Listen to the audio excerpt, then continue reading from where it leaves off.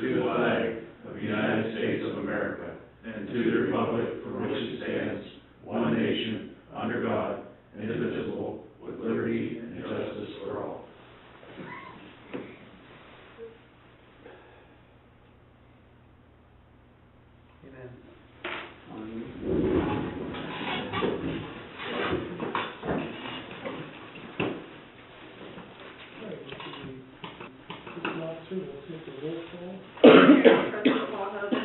Here. Trustee Frank Clark. Here. Chairman Trustee Kevin. Here. Okay, this meeting's being recorded for informational purposes only. All comments will be taken at the end of the meeting. If anyone has a question or comment, raise your hand, come up to the podium, state your name and address for the record. No multiple speakers will be allowed.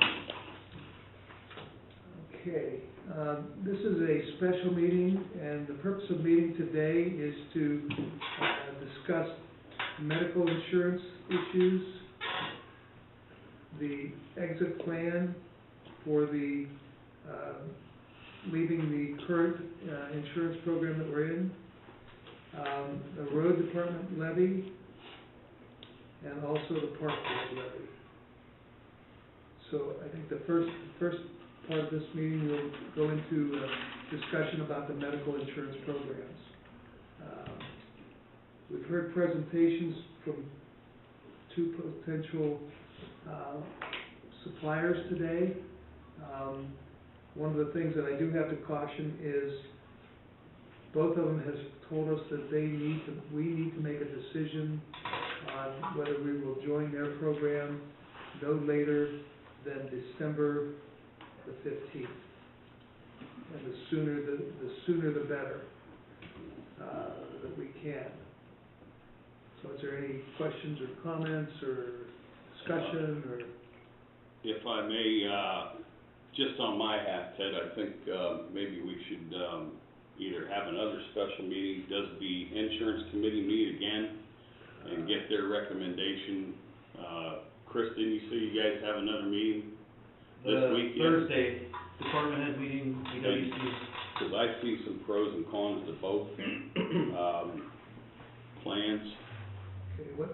So I think, what the trustees are supposed to do is let this committee make recommendation to us, because they're the ones on it. And then we could pass that if we have to do it by a special meeting, or we can do it on the 11th meeting. I know that kind of crunch time because of the 15th, but right. That's my recommendation. If I could, I'd make some things available as far as cost comparison to the two programs, and what they would cost based on us staying with the current dental and vision programs. And I did get notification from the fiscal officer earlier, or I should say late last week, that there's been a slight increase in dental and vision that has not been incorporated into this particular chart. So I can make this chart available to the insurance committee so that they can digest it as well. Right now, it looks like if we compared the Vantage group to the Teamsters group, Vantage would save about $9,000 a month over the Teamsters. So again, I'll pass this on to the members of the insurance committee so that they can have that, and they can meet on Thursday to come to some sort of a recommendation as to which way we want to head. So at this time, there will be no more discussion. At this time, is there anything else that you'd want to? No, I think we, but those, since they're having a meeting Thursday, that gives us enough time, I think. Okay. Is that fair enough? There's some things in there on the deductibles and stuff that they need to. There's some pros and cons that I think that there's pros and cons about both of them.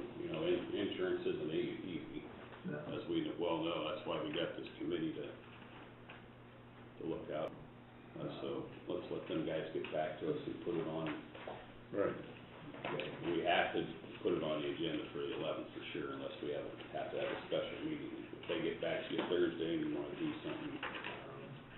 We can, I mean. Friday, I mean. If we can, I think the better or quicker that we can react, the better off we are. I just feel that the situation that we're in right now, there is no going back to Jefferson Health Plan. Correct. We've given them the notice in June that we're leaving, and there's no alternative.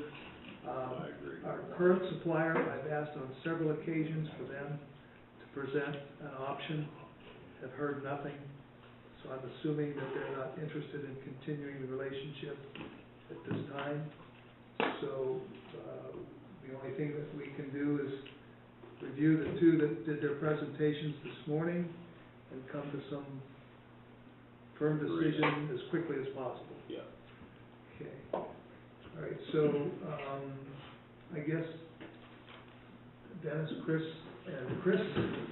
those are the copies that were used based on some of the information that was provided as far as insurance premiums.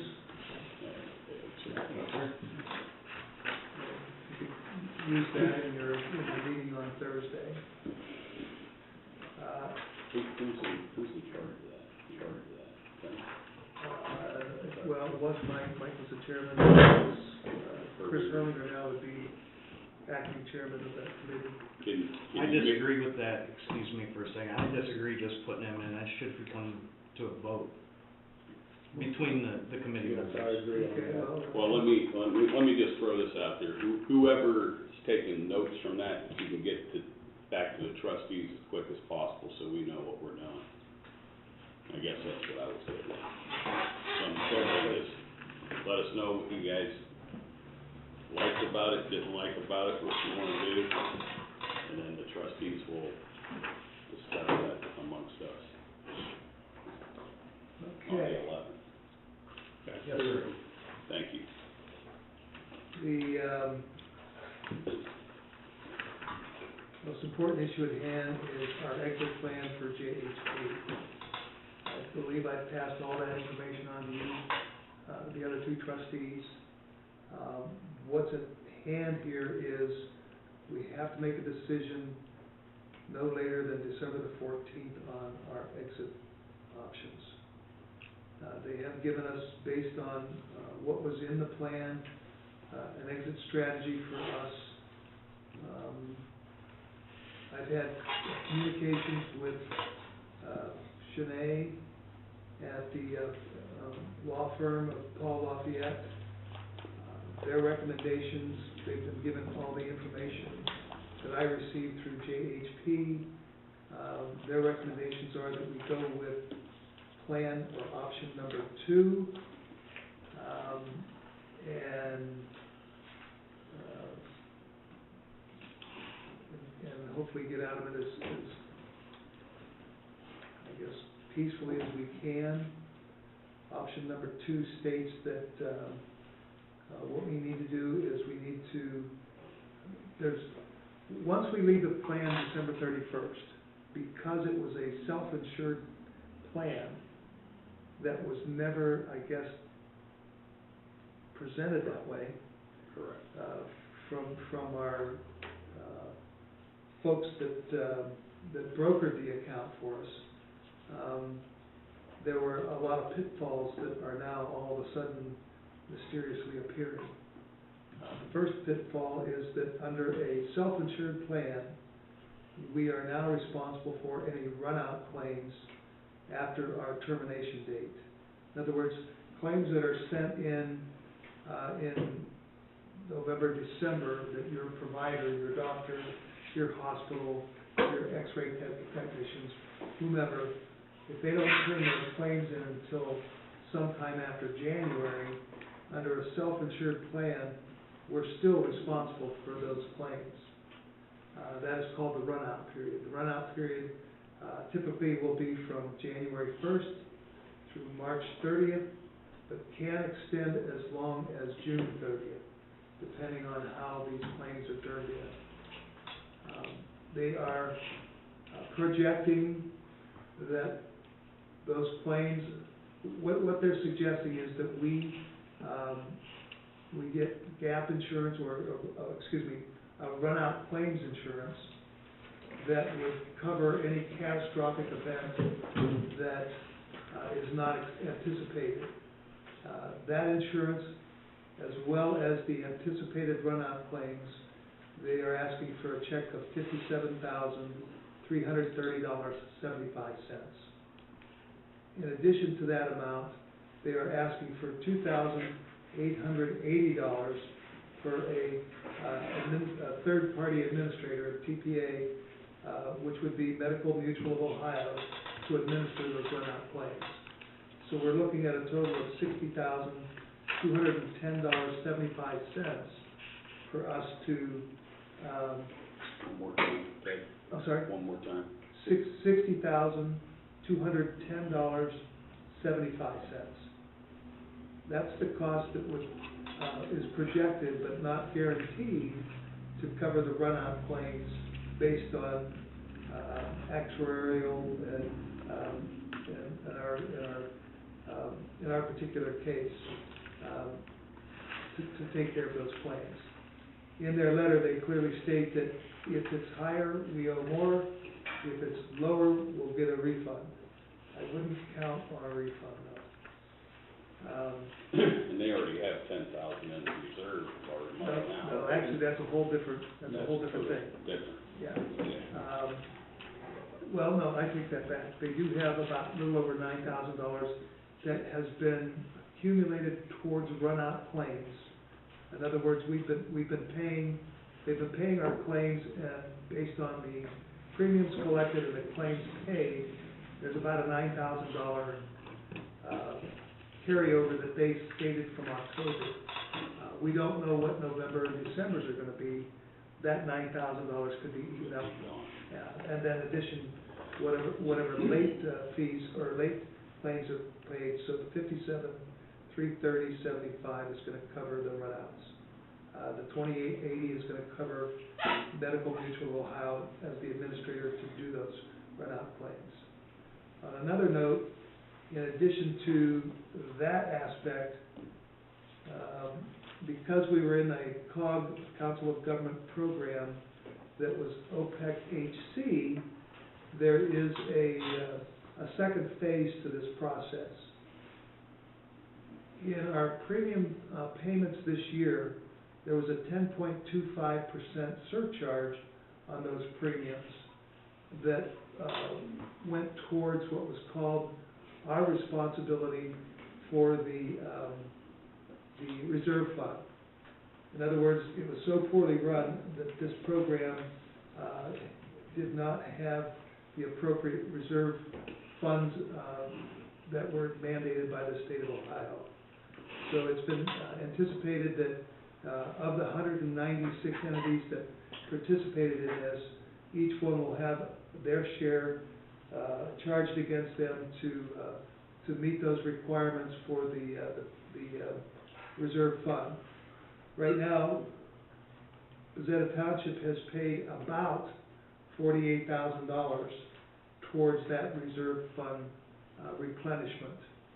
It is being estimated, and they're not asking, at this particular time, they're not asking for the check, but they're also stating that because of that reserve fund, we could or need to think about an additional share of $20,397.32.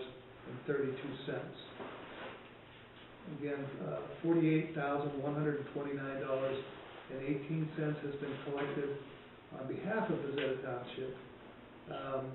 But again, based on the calculations and the inclusion of the final 6 months of OPEC-HC's operations with the Jefferson Health Plan, of which Bazetta Township participated, Bazetta Township's share of the final OPEC-HC deficit through December 31st, 2017 is $68,526.50, which again, there's a remaining deficit share of $20,397.32. So I guess with this information at hand and the recommendation of the law firm out of Columbus that we are part of a, I want to call it a class action suit, but I was representation. just gonna ask you about our lawsuit against JHP. We have no lawsuit at this point. I mean, there is litigation through the law firm out of Columbus, filing certain motions and so forth. Against OPEC. Against OPEC, yes. So at this time, they're recommending that we go ahead, in their letter, they had presented to us two options. One was option one, where we find our own company to do the runout claims and release them of all responsibility. The other one is option number two, where they have presented to us services that they will provide through the Jefferson Health Plan to complete the runout claim process. So once again, the attorney in Columbus is recommending that we follow option number two. Make the I payment. think I kind of agree with that. My question is, that number, department head wise, are they budgeted for it? No, it never was budgeted, only because it was never presented as a self-insurance program. We've been in this program for 4 years at least, maybe longer. 4 or 5. 3 years with OPEC and Okay. 1 year with JHP. Okay, and the fourth year with JHP, when we made the decision to leave OPEC in, January 1 of this year. well, actually, December. June of last year, Yeah. we had to make a decision on something, which we did, that bounced us to JHP out of the OPEC program. So, right now, it's my contention or my suggestion that we follow the recommendations of the attorneys to go ahead and enter into an agreement for services through the Jefferson Health Plan and pay the amount that I... Yeah, we'll need a resolution. Yes. Today to pass that, and I think that should probably be paid, not that the general fund has it, because the departments aren't budgeted Right, for it. right. And Have to. we'll have to take it out of the, Out of the general fund, yes, for now.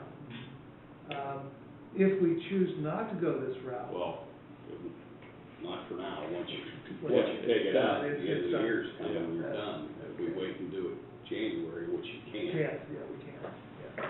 then there's a possibility of getting it back in the general fund, but you can't do that.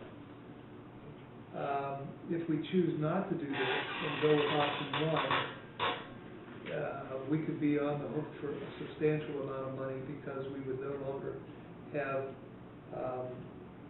somebody running our runout claims.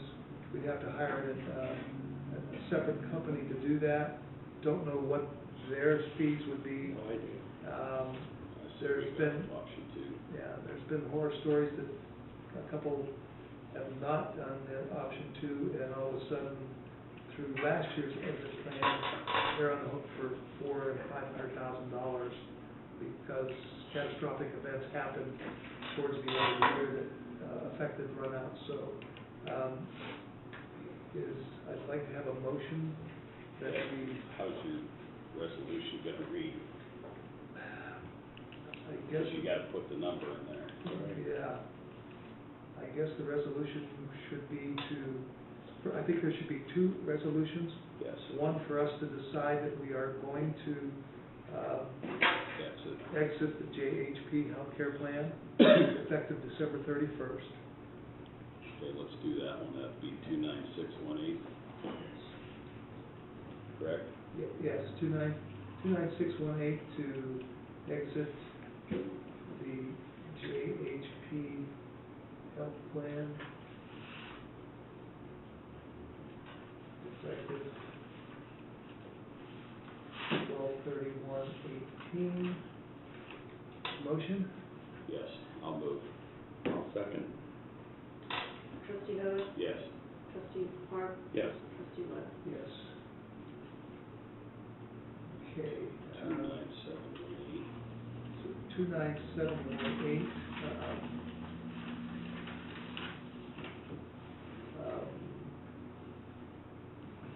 Let's see here. Probably go with the legal documentation of the did compose a letter. It's in rough draft form right now, and it's at the attorney's. So I guess it would be, it states all that we just discussed, but I think this, to accept release agreement option number 2 between Bazetta Township and the Jefferson Health Plan for services through the Jefferson Health Plan.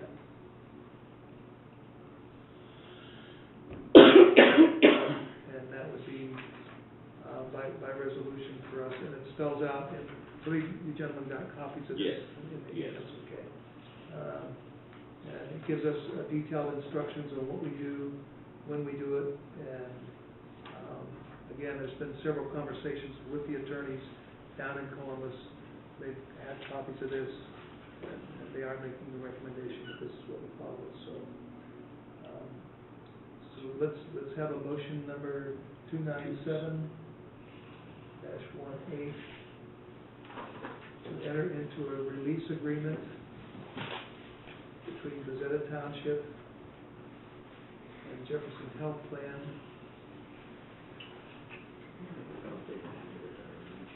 She has it. Okay. I gave that to you from last meeting, so you have a copy of this.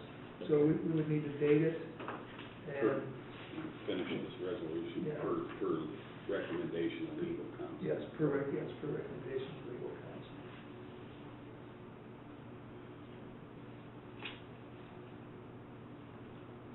Do we want to make the effective date today? Yeah, I would. Okay. Entering into this agreement on the, Maybe we had to do it at the end of the, let's see. No, we need to do this today. yeah, entering into this agreement the 4th day of December, 2018, by and between the Jefferson Health Plan and Bazetta Township. Okay, I think that should do it. I'll move. I'll second. Trustee Hood. Yes. Trustee Clark. Yes. Trustee Webb. Yes. So I'm gonna ask the fiscal officer to Oh. prepare, look, we have to move funds now. Well, we need to put that number in that resolution, that's 60,000. Well, it says It's- per it's- recommendation, yeah. so it's in there. We should be okay. So now we have to have a resolution for the fiscal officer to move, transfer 60,000, let's see. Well, actually, she needs to look and see what's in her insurance line item. Or, I know there ain't nothing legal, because we've been burning through that. Yeah. That's pretty good this year. So she needs to set up, or at least, that needs to be done today as well. Yeah, because we're gonna make out. Yeah, well, you just passed the resolution to do that. No, you could give her time, and we could do that on the 11th, under our pending warrants. Okay. We'll just release the check then, but you just gotta find out what line item you're taking it out of. It's gotta come out of the general fund and Make a note, put it on the see where agenda. it's at. We'll transfer it in. Yep. All right. I think that takes care of some insurance, at least the big lingering insurance issue at this time. All right. I think we can understand why the committee, and I think the township, is so adamant that we don't get into another program. So, all right. The next thing on our agenda today is to have discussion and a decision, if possible, or no later than the December 11th meeting about the road levy.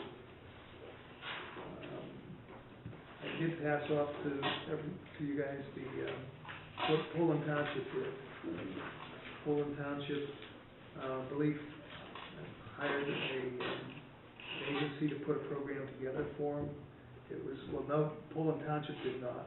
There was a citizens action committee that came up, put an ad campaign together to do it as a bond issue as opposed to a road levy.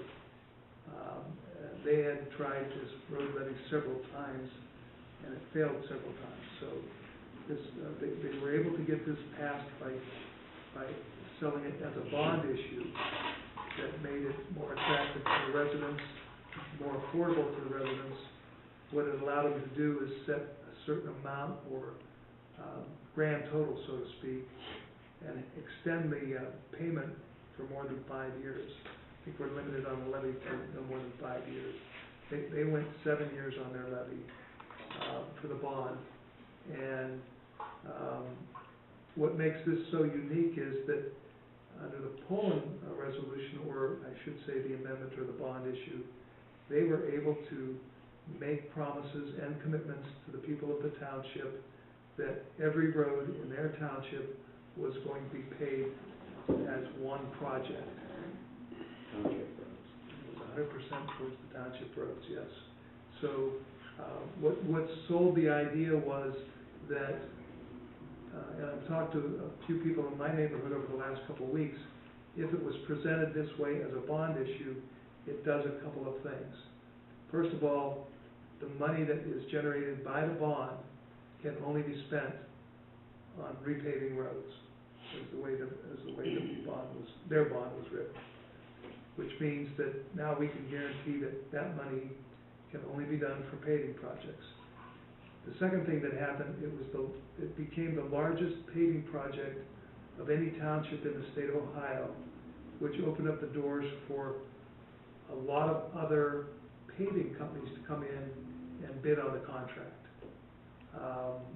And they felt that by doing that, the price of the project might come down. And thirdly, they were doing all the roads almost instantly, I mean, if that's possible, but over the period of the 12 to 14 months, every road in the township was going to be paved, and then the bond would pay for the paving project. So I've got all this information, made contact with one of the trustees down there. She's more than willing and interested to help us in any way that she can, to guide us through this process. It would be something a lot different than putting just a general levy on the ballot for roads. We would have to hire bond counsel. We'd have to probably have a meeting with somebody to be specific on how the levy is presented. She did give me a copy of their ballot and the way it was proposed in the ballot. We'll probably have to meet with the engineer's office as well as our road superintendent on just exactly what these costs would be and how we would fund that through, how big that bond needs to be. I don't know if there's enough time to put this all together. That was gonna be my For a question. May ballot. Chris, I don't know what you would need to do to, You know, I've discussed a couple of things with Paul and Dad. What's the population of Poland? Do you know how many road miles they have? I do not know. Okay. I kind of feel that if we were to do a bond issue, Mr. Chairman, I think in 10 years we'll be sitting in the same place that we are today, to be honest. My feeling is that in order to get a levy passed, I'm thinking of servicing more state and county roads with such things as like spring cleanup again, curbside cleanup even. You know, if we're not expanding services, these folks aren't gonna vote for any levy, bond or levy. People can't afford it. I understand that, but what we've been doing for the past 30 years just isn't gonna work for the future. Poland had, I'm sorry, in this letter, there is over 50 miles of township roads. That's a lot of voting. Within this, and We have 20.54. And they had a revenue of 4.5 million, which was the bond for the road paving project. This doesn't cover any infrastructure like culverts or anything like that if you go with a bond issue? 'cause I gotta tell you, we have some big culverts in Timber Creek that's thousands. The last one we did, what, 10 years ago? We have quite a Almost few box 60,000. culverts left in the township too that are pretty big. I've kinda said my piece on it. I mean, we'll never, in the next 10 years, if we get a bond issue, we'll never be able to sweep streets. We'll never be able to update a 1997 dump truck that we still plow the roads with, or a 99 for that matter. There's just there's a lot of things, and you know, it's more feathers, less flock, but there's still a lot of things that are uncontrollable costs. Look at salt. You know, I won't be able to buy a ton of salt with that bond money. Yeah, I see the questions and concerns you have, but if you're not hole patching and doing those kind of things, Now, new roads. why, if you get a bond issue, do you need to, pave everything all at once? Why would I pave over a brand new road that I'm gonna put in Beaver Trail? Again, Would I- those are the kind of questions that need to be answered. Yeah, What roads, how, that's, I mean, I'm just throwing this out on the table. Yeah, I mean, And I'm then- sure and then Randy there's- Smith could fill us all in from the county, and I'm sure he wouldn't mind, you know, but, I think just because of time restraints, we probably ought to just put our levy back on, and form this as a backup plan or for November. form a levy committee. It only failed by 163 votes. And we didn't get out there till October 15th to actually hit the streets, which everybody already had sent in their absentees and everything like that. Well, again, that's, That didn't help. But having an official levy committee, this was just me and my guys going out door to door, and you and Frank, Paul was sick, so he couldn't help much. So, I mean, that was just us hitting the neighborhoods, really. So, I mean, If I may, could we revisit if we need to pass this on the 11th meeting? Could you get a hold of? I can see if I can get a hold of Randy and learn some things Just about ask bonds him. and, cause I look at how long it's taken us to even pave like Sterling and Prince and stuff, you know, we paved one road in the last 3 years, that was Millennium through partial grant through, issue 1. And I just hate the idea of paving over top of new pavement. If that's what it costs, I'm not for a bond. well, But if that money can be set aside and used as it's needed, then I'm for it. Again, Would it be how we the could do bonds restructured, just like that? that's, I'm just it's. These maybe might a be little the bit outside questions the to box. ask Randy. Maybe you can restructure the bond issue to include some of this other stuff. Yeah, I know nothing about bond issues. I was never told to research a bond issue until just now, so. I mean, I've heard about it, but Yeah, if you I'll be more than willing to check Yeah, into if it. you could check into it, get back to us for the 11th meeting, then we know which way to go, how long it takes. Right, we're coming close to a deadline on whether. 90 days. Yeah.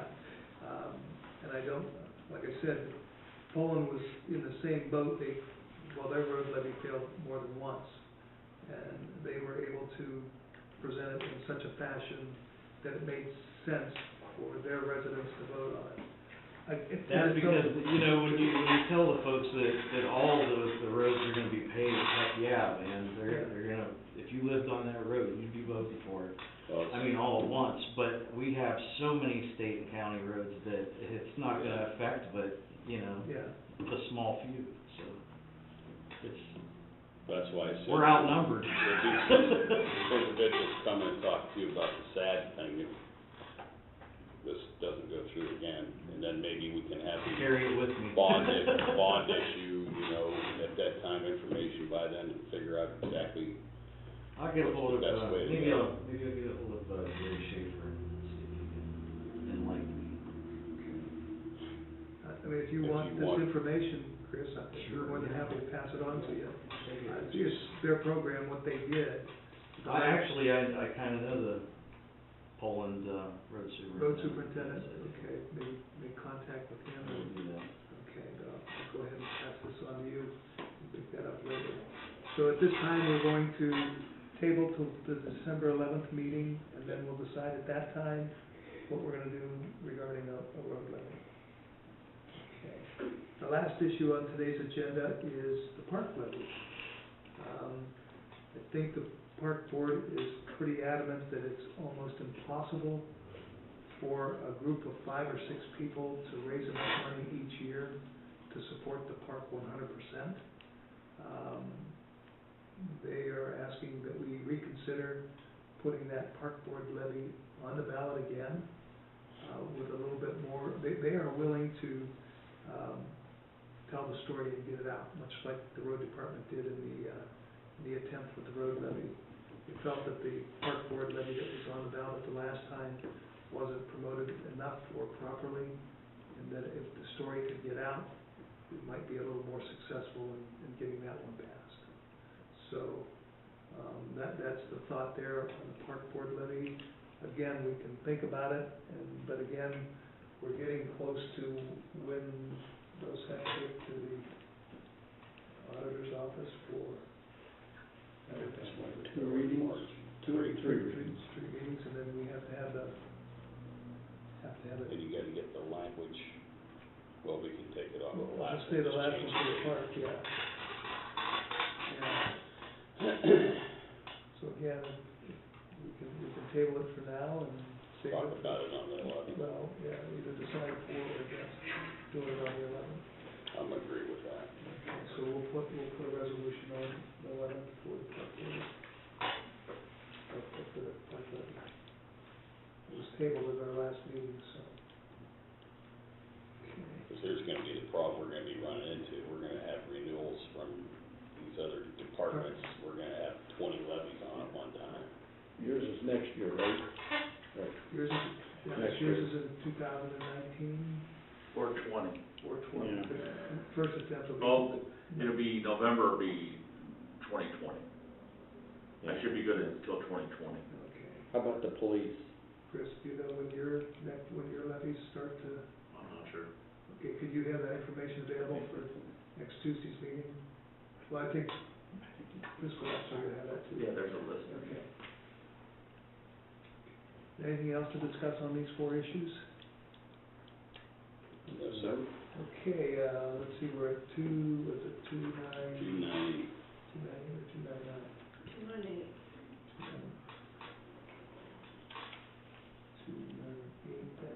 298-18. A motion to adjourn at 58. I'll move. I'll set to. We got public comment.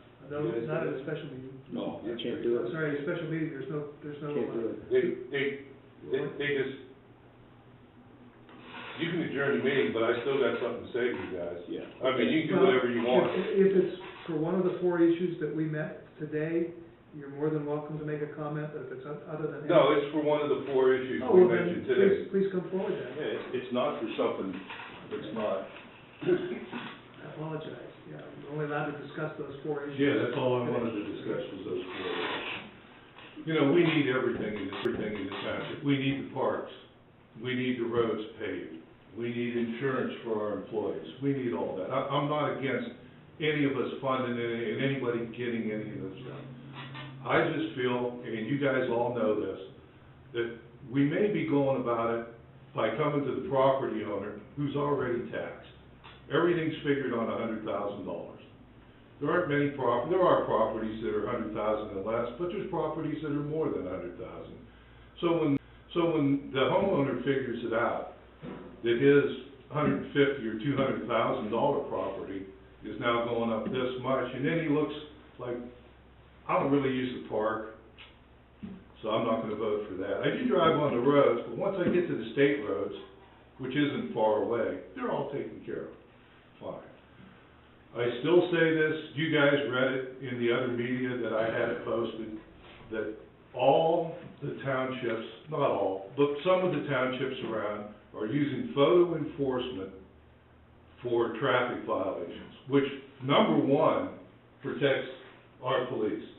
They're further away from the scene, they're not standing there, they're not getting run into, they're not getting killed out on the highway doing this. The second reason is the monies that are generated from it. We have roads through the township that not all the township people are, they're using them, but there's transient from the north to the south, from south to north. That could, in fact, generate some monies. This was just in another media publication, it was on TV, you can find it online. Gerard, in a year and a half, got $1 million. Liberty got, in 1 year, got $750,000. Youngstown, $750,000 in 2 years. East Liverpool, $300,000 in 8 months. And it goes on and on and on. Now, I know you guys are dead set on not gonna do this. I think you should revisit that again, because until you have exhausted all the means, other means, besides bonds and levies, of getting the stuff that we need for the township, I think the people are just gonna say, hey, they're not even trying. That's just my opinion from the bystander, other side, the person that has to pay. You guys look at it from the side where I need this, let's do something that's quick and easy, maybe not so easy passing these levies. I realize this is not a popular decision, but you guys are immune to anything that could happen outside of, why did you do that, I don't wanna pay this, you know, it's like, the other thing it does to me says, I condone speeding, I condone running red lights in my township, and you guys are the ones that are in charge. And I mean, it just seems to me that there's other ways to fund this stuff which are productive, which are legal, that you could do. I don't see me ever voting on a levy till you try a little harder. I mean, and I may not be alone. Visited after first year. We'll look at it again, I know there's been several things that come up as far as the ODOT and their decision not to allow signs to be posted on their state highways. I think what they did right now is they grandfathered those who had signs, they're not issuing any new permits to post additional signage. And that's one of the restrictions that we're under right now is you have to have a sign on every road that is an entrance into our township.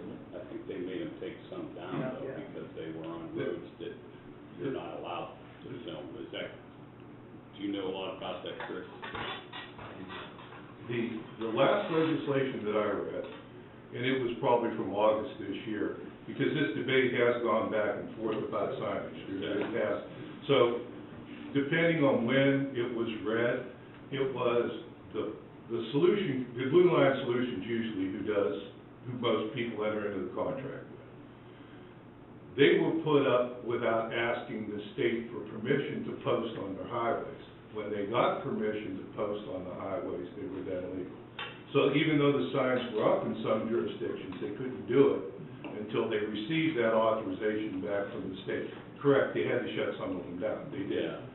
But, you know, this is an issue that's everywhere. I mean, you drive down in Cleveland, I didn't do the research on Cleveland, I didn't do any more than those, but boy, that's just a lot of money for.